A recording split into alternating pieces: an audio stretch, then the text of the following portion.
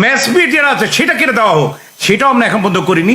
যাকে বলেছিলাম একবার, আমি বারবারই বলেছি, আমরা ভালো খেললে পর বাড়ি গাড়ি টাকা পয়সা দিয়ে পাগল হয়ে যাই, বাট যখন খারাপ করি তখন তার ব্যাপারে কোনো রকম কোনো কিছু বলা হয় না, কোনো কিছু করা হয় না।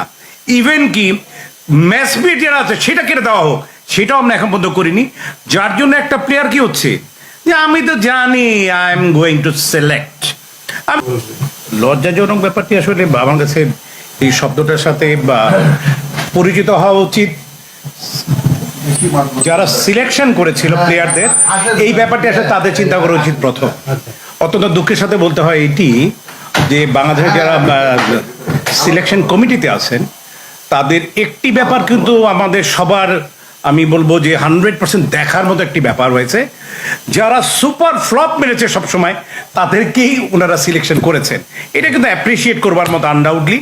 এবং অ্যাপ্রিসিয়েট করার কারণটি হচ্ছে যে এটা আসলে আমি এই ব্যাপার নিয়ে আগেই কথা বলতে চেয়েছিলাম, বাট আমি কথা বলিনি, আজকে আমি বলছি। অত্যন্ত দুঃখজনক হলো সত্যি যে আমাদের আসলে ক্রিকেটাররা যারা মোটামুটি ভালো করার চিন্তা ভাবনা করে তাদেরকে যে কোনোভাবেই হোক, কার জন্য কোন শক্তির জন্য সেই সব লোকগুলোকেই সরিয়ে দেওয়া হয়, এটা আমার বোধগম্য না। সবচেয়ে বড় ব্যাপার হচ্ছে লাস্ট প্রিভিয়াস যতগুলো গেম হয়েছে সেখানে সুপার ফ্লপ কয়েকজন প্লেয়ার করেছে, তারা কি করে টিমে থাকে আমার একটি প্রশ্ন থেকেই যাচ্ছে। আরেকটি কথা হচ্ছে যে লাস্ট খেলা হয়েছিল জিম্বাবুয়ের সাথে মোস্ট প্রবলি, না?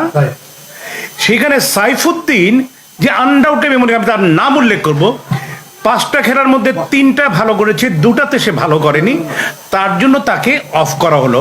But Saifuddin undoubtedly he is a very good allrounder. আর তার 5টার মধ্যে 3টা খেলায় ভালো করেছে, 2টাতে খারাপ করেছে, তাকে বাদ দেওয়া হলো। আর যারা লাগাতার 0-0-0 করতে করতে অস্থির হয়ে যাচ্ছে তাদেরকে সিলেকশন কমিটি, মানে আমি কারো নাম উল্লেখ করতে চাই না, সেখানে তারা সিলেকশন কমিটি যারা আছেন তারা কি করে নিচ্ছে আমি জানি না। সেখানে আরেকজন আমি নাম বলবো, মিরাজের কথা বলবো। Undoubtedly he is a very good allrounder.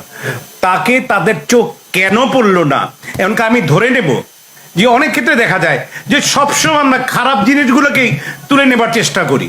শঙ্কিত যে এমন না বিশেষ লজ্জাজনকভাবে হেরে যায় যাতে হারার একটি বিশ্ব রেকর্ড আমরা তৈরি করতে পারি, সেটা হওয়ার সম্ভাবনা আছে। তবে আমি আবারও যারা সিলেকশন কমিটিতে ছিলেন তাদের প্রতি শ্রদ্ধা রেখে বলছি, আমাদের মনে হয় কিছু কিছু সময় অনেক কঠিন সিদ্ধান্ত নিতে হয় যে যারা ভালো করবে না তাদেরকে আমরা নিব না।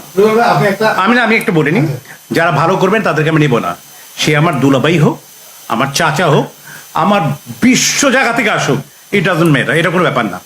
যারা খেলায় ধারাবাহিকতা থাকবে, যার খেলায়, তাকে মানে সিলেকশন করা উচিত। আমি এর আগে বলেছিলাম একবার, আমি বারবারই বলেছি, আমরা ভালো খেললে পর বাড়ি গাড়ি টাকা পয়সা দিয়ে পাগল হয়ে যাই, বাট যখন খারাপ করি তখন তার ব্যাপারে কোনো রকম কোনো কিছু বলা হয় না, কোনো কিছু করা হয় না। ইভেন কি ম্যাচ যেটা আছে সেটা কেটে দেওয়া হোক, সেটাও আমরা এখন পর্যন্ত করিনি। যার জন্য একটা প্লেয়ার কি হচ্ছে যে আমি তো জানি I am going to select, আমি তো জানি আমি খেলতে পারবোই, আমার খেলার মধ্যে কোনো আমার দায়বদ্ধতা নেই, আমি যেরকমই খেলি আমি শিওর যে আমি ওয়ার্ল্ড কাপ খেলতে পারছি। আমি জানি না তারা কি করে এই ধরনের সুযোগ সুবিধা পাচ্ছেন। আসলে এগুলো থেকে আমাদের বিরত থাকা উচিত।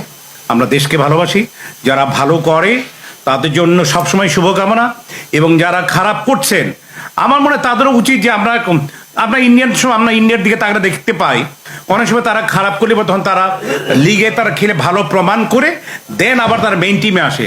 ঠিক আমার মনে হয় ঠিক এইরকমই আমাদের এখানে হওয়া উচিত। তারা যদি ভালো করতে না পারে তাদেরকে বলা হবে